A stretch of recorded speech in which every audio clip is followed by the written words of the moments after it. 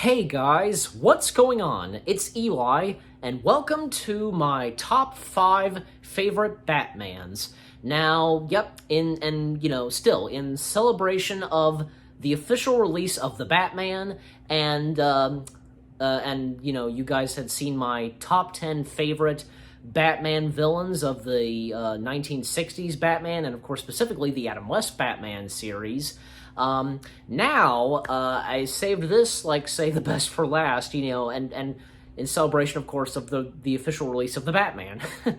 My top 5 favorite Batmans. So, yeah, I think this one is going to be pretty fun and pretty exciting, so let's not waste any time. This is my top 5 favorite Batmans.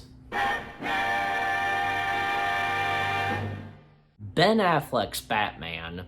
Okay, now, you know what? Ben Affleck, he was actually, he's been a pretty good Batman, because, unfortunately, and as of now, because, we never would get to see a solo, Batman movie with his Batman. Mostly, his Batman had just been appearing in, say, DC films with, not only just him, but, with some of the other, DC heroes. Of course, from Batman vs. Superman, Dawn of Justice, and also the Justice League films, the Joss Whedon version, as I'm sure everybody considers, and, of course, Zack Snyder's official version. But also, he made an appearance in Suicide Squad, the first Suicide Squad film, and him appearing in The Flash. Yeah, and yeah, for it being his last, it's a shame. He was a good Batman, there were a few, some things about his Batman, from his costume, the fact that when disguising his voice, he actually uses a microphone, and his Alfred, being played by Jeremy Irons, he was a really good Alfred. He wasn't that Alfred where he would be in a fancy suit or whatever. He was actually, say, in the Batcave, in gear and such, and being a mechanic and so on. That was a good Alfred right there. Ben Affleck just being Bruce Wayne as well, pretty good too. And the fact that, I'm pretty sure, because Ben Affleck's Batman was that Batman where, he would kill people. Because it's mutual for Batman, killing people and not killing people. But yeah, Ben Affleck being one of those Batmans that would sometimes kill. But yeah, and, it's a shame because, well, we would never get to see a solo Batman movie, and as I recall, it would have had, say, Deathstroke be the main villain. I think at one point Ben Affleck was going to direct this as well, but then dropped out being director to heavily focus on the role of Batman / Bruce Wayne, which, yeah. But that's when things changed, and it was canceled and never came to be, and Matt Reeves stepping in and just doing his own Batman, as we all know, writing and directing the Batman. But with all that being said, and to wrap things up, on Ben Affleck's Batman, I think he was a good Batman, and you know what, my parents thought so too, and I'm glad too that, my mom, thought, Ben Affleck's Batman was a good Batman too. She even chuckled at, I think a couple of, lines from his Batman, when, Batman with that voice, and, in Batman vs. Superman Dawn of Justice with Doomsday, and right as Doomsday's about to almost kill Batman, Batman's struggling to get out of his, Batwing, and he sees Doomsday, and, because with his voice being disguised, and pardon my French, oh shit. I heard my mom chuckle at that. That was funny, yeah. Just imagine hearing that from Batman. But yeah, so in closing, and to wrap things up, yeah, Ben Affleck's Batman, he was a good Batman for sure, and for him being my number 5 favorite Batman. George Clooney's Batman. Okay, say what you want to say, but you know what? There's a reason why he's my number 4 favorite. At least he's number 4. And why I like George Clooney's Batman. And my dad would say the same thing too. He likes George Clooney. We both, me and my dad, aka Lil Blue, we like George Clooney's Batman. You want to know why? It's because this. And I'm going to try my very best to explain this to what my dad said. And, if you've seen our review of Batman Begins, I asked him to talk about this. Well, you know, he was a good Batman slash Bruce Wayne if the script was not so poorly written, you know what I mean? If it wasn't poorly written or anything like that, and with his portrayal of Batman slash Bruce Wayne, it could have been a heck of a lot better for sure, you know? And if he wasn't in that, like, horrible Batman movie as, you know, Batman and Robin, you know, you get my point. And George Clooney, he's a good actor, and you know what? I'm sure that he tried his very best portraying a good Bruce Wayne slash Batman. Yeah, it's just, yeah, and I feel bad for George, you know, and Joel Schumacher, because from them and the movies, well, like, and of course, you know, with Batman and Robin, like, and including, say, Batman Forever, although, you know, Val Kilmer was Batman slash Bruce Wayne, they tried their very best, but the problem was Warner Brothers, from what I heard, like, Warner Brothers just kept intervening and just, like, not letting them, like, have control or something, as I recall, which is a bit of a shame. And, yeah, I mean, you know what, even George Clooney, he pulled off a good likeness wearing the bat cowl, and minus, like, say, the bat nipples and the bat butt cheeks. Oh, God.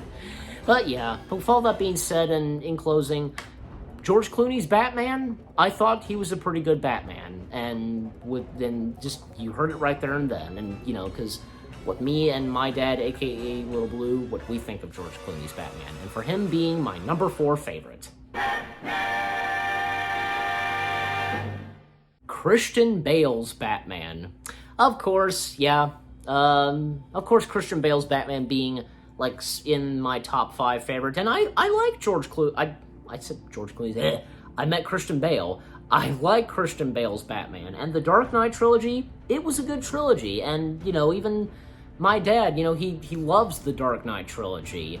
Just because of what my dad said about the Dark Knight trilogy, it just feels feels like a realistic thing for Batman, and I can understand that. I can see it, yeah. I can't deny that. And Christian Bale's Batman, he does a fantastic job as Christian Bale and also being Bruce Wayne. The bat suits for Batman, not bad. Like, you know what? In Batman Begins, like, I feel as though, if I recall, like, to describe, like, the neck was kind of poofy just a little bit. But when it came to The Dark Knight, Batman's costume did change very much, you know, you could tell. And still wore that costume, that same suit, in Dark Knight Rises, the third and final installment in the trilogy. And, God, like, and what people say about Christian Bale's Batman voice, you know, I'm Batman. Well, that's just the way that, you know, he does it. And here's another thing. It wouldn't have hurt if the many times that, you know, if Bruce Wayne as Batman, you know, would be around, maybe Alfred, and I remember, like, he was around Lucius Fox. If he had dropped his disguised voice, he was with Lucius Fox and Alfred, why couldn't he have just dropped the voice? They know he's Batman, he could use his regular voice. That would have been so good, but maybe that was Bruce Wayne's choice, I don't know. Just to really stay true to, you know, his alter ego. Well, you know, Batman, of course.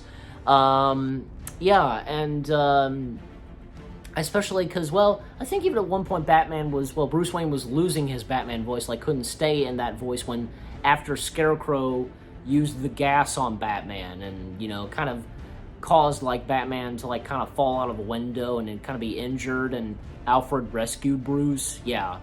You know, even when, like, Bruce Wayne slash Batman had some, like, very serious stuff, and even with his Batman voice, it still turned out okay, and some of the best dialogue from his Batman, like from, say, you know, in Batman Begins, you know, like, you know, where were the other drugs, or, you know, swear to me, or do I look like a cop? That's probably my favorite line, you know, do I look like a cop? And in Dark Knight, where he's, you know, interrogating the Joker, you know, where are they? Just, fantastic. So, with all that being said, Christian Bale's Batman was a good Batman, and he did a fantastic job as Batman. Just, yep, and for him being my number 3 favorite Batman.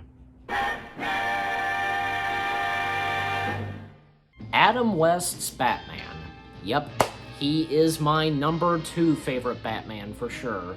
There's just something about, you know, there's a lot I can say, Adam West's Batman is just so memorable, and here's the thing: without his Batman and without the 60s Batman show, we wouldn't have anything that would, years to come of Batman. We wouldn't get, say, Tim Burton's Batman, or like, say, the Batman animated series, or even, say, the Joel Schumacher Batman films, Dark Knight, you name it. And it was all thanks to the 60s Batman show, for sure. But even here's the thing: before the 60s Batman show started, there was at one point when the Batman comics were just going to be discontinued and they were no longer going to be made entirely. But when the 60s Batman show came along, it saved the day, and it saved the popularity of Batman, and just you know what I mean. So sure, yes, the Batman 60s show is campy and corny, but there's just something about it that's just so memorable, and the 60s Batman show is very important in the history of Batman, for sure. Adam West's Batman, he's just entertaining, and just a good version of Batman, And you know what? Here's another thing. There should, say, always be a kid-friendly Batman, and the 60s Batman show is definitely, for sure, that. It's definitely, kid-friendly and such, and very colorful, very colorful, very beautiful and such, and, we even have, say, where Batman would be, a detective and finding, solving mysteries and clues, that's great. And some of the famous lines he says, as I recall, to the Batmobile, or, precisely Robin, I could go on. Well, even I should say Robin had those famous puns, holy insert, whatever he says, holy hallucination, or holy Blairus, I could go on, but yeah. And you know what? Even Adam West, he had been the longest actor to portray Batman. After, say, the 60s show, as I recall, Adam West did voice Batman at one point, in the 70s. It was for, I think it was the Super Friends animated series, and then in 1979, he and Burt Ward would be once again in the costumes of the Caped Crusaders in The Legend of Super Friends, which I did mention, in my top 10 favorite 60s Batman villains. Yeah. And later on, because, I even saw this. There was, I saw a video of this on YouTube where, at a convention, Adam West and Burt Ward were dressed up as their characters, signing autographs. That's amazing.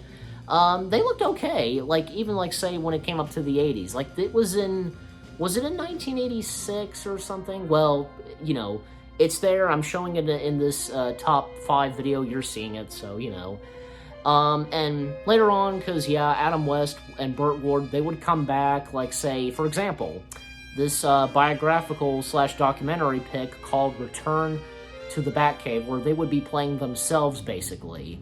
That was kind of funny, and I guess it's fun to watch, And then, when it would come up to, say, in the mid, 2010s, and when the 60s Batman show would be officially out on DVD and Blu-ray, Adam West and Burt Ward would once again reprise their roles as the Caped Crusaders, this time in 2 animated films, which being, I think it was, I forget the name of the first one, but, Batman, I think it was Batman: The Return of the Caped Crusader, yeah. And then would come Batman vs. Two-Face, the last time Adam West would portray Batman.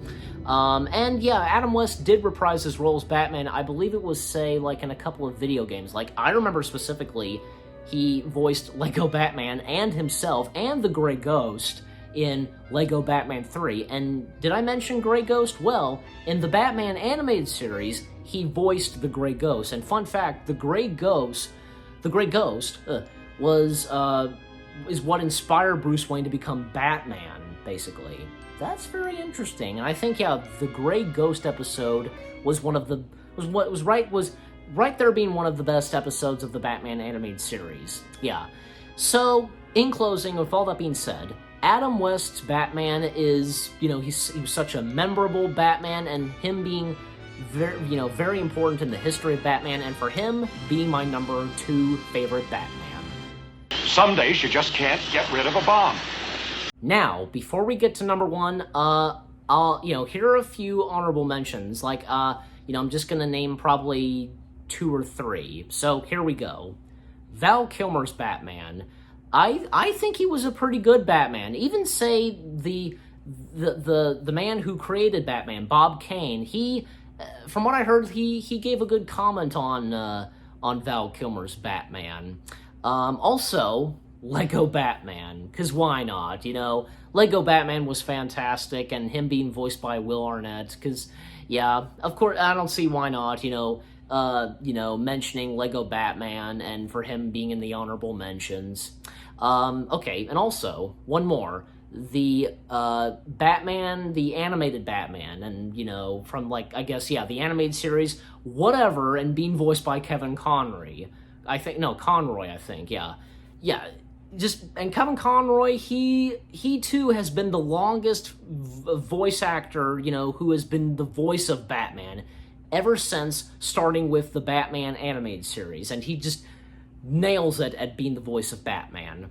Okay, so that's it right there. Now, with all that being said, let's come to number 1. Michael Keaton's Batman.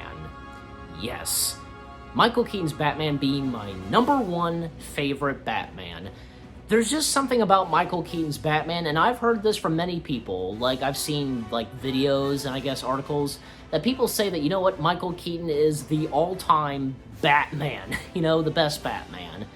And there's a lot to it, because, at first, I just don't want to really make it that long, because I technically have talked about this before. In fact, with all the other Batmans, for Michael Keaton's Batman, as we all know, at first, when it was announced that Michael Keaton was cast as Batman in 1989's Batman, everybody was horrified, but boy, were they proven wrong when the movie was released, and they finally saw Michael Keaton, in action as Bruce Wayne / Batman, and again, they were proven wrong. Now people say that he's the best Batman / Bruce Wayne. And there's a lot to, this version of Batman, where, Bruce Wayne, had, problems, and, for example, he had problems that, he was Batman, and not to mention his relationship with Vicky Vale in the first one, and his relationship this time with Selina Kyle, and where, both he wants Selina Kyle to be with him, and, as he says, near the end of the film. And you know what? There are a few things, Michael Keaton actually not being that tall, Batman, his Batman was a bit short, but, it didn't matter, he's still, even if Batman was short, he was still awesome. And also, another thing is that, only Michael Keaton's Batman can pull this off, I guess there were a few times where Batman smiled and had a grin. I guess, only Michael Keaton can pull that off, unlike, say, No Hard Feelings, Val Kilmer pulling off a smile. That kind of didn't work. And, also, because all the cool gadgets and such that, that Michael Keaton's Bruce Wayne / Batman has, from the Batmobile, the Batcave technology, you name it. And, it's just, his Batman / Bruce Wayne is just fantastic. And, even, say, when, facing off against Joker, who, Joker was the one who murdered his parents. And, also his bat suits, the first one, it was kind of grudgy and, dirty, and, yeah, even, the bat symbol was kind of not right. But when it came to Batman Returns, his new suit looked a lot better, and it was clean, and the logo was right, and, I mean, I'm not saying that the first suit he had was bad. It was okay, but, I don't know, I really like the bat suit in the second one, Batman Returns, and besides, Batman Returns being my favorite Batman film, I should say, and until, say, I see the Batman, But, yeah. But with all that being said, Michael Keaton's Batman being my number 1 favorite Batman, and As for all the other Batmans that, and that I was very careful not to have them being in the honorable mentions, because, if I did, then you kind of would have known who my number one favorite Batman was. Like, the first two Batmans in the 1940s, Lewis Wilson and Robert Lowry, I'm sure because, well, this was in the 1940s, and, I can respect that and such, and I don't think they weren't bad, like, God, especially their bat suits. Like, Lewis Wilson's Batman costume looked pretty good. It looked accurate to, like, say, at the time what Batman's suit looked like when the comics started. But for Robert Lowry's, oh God, it did not look right. How does the second the second look for Batman, look bad when the first one looked pretty good and accurate? I don't know.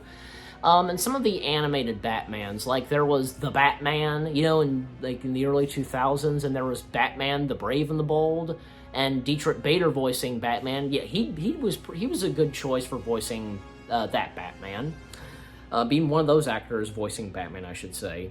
And there was also Beware of the Batman. I probably watched just 1 or 2 episodes, and that was it. But I don't know. And of course, as we all know, we now have Robert Pattinson's Batman. I'm looking forward to seeing this movie in theaters, and obviously, yeah, he's already, as I can tell, he's a good Batman. And not to mention Robert Pattinson, he is a Batman fan, and, from what I've heard from interviews, he said that he's watched Adam West's Batman and, also watching Tim Burton's Batman. Oh yeah, because it's obvious that from him and some of the cast members of the Batman movie, and with Matt Reeves, their love and respect for Batman, for sure. That makes me happy to hear. But, in closing, this has been my top 5 favorite Batmans, and what do you guys think? Which is your favorite Batman? What did you think of my top 5 list? Leave comments and give this top 5 video a like as always. And yep, what a way to wrap up, because from starting with the Batman review marathon and to this with,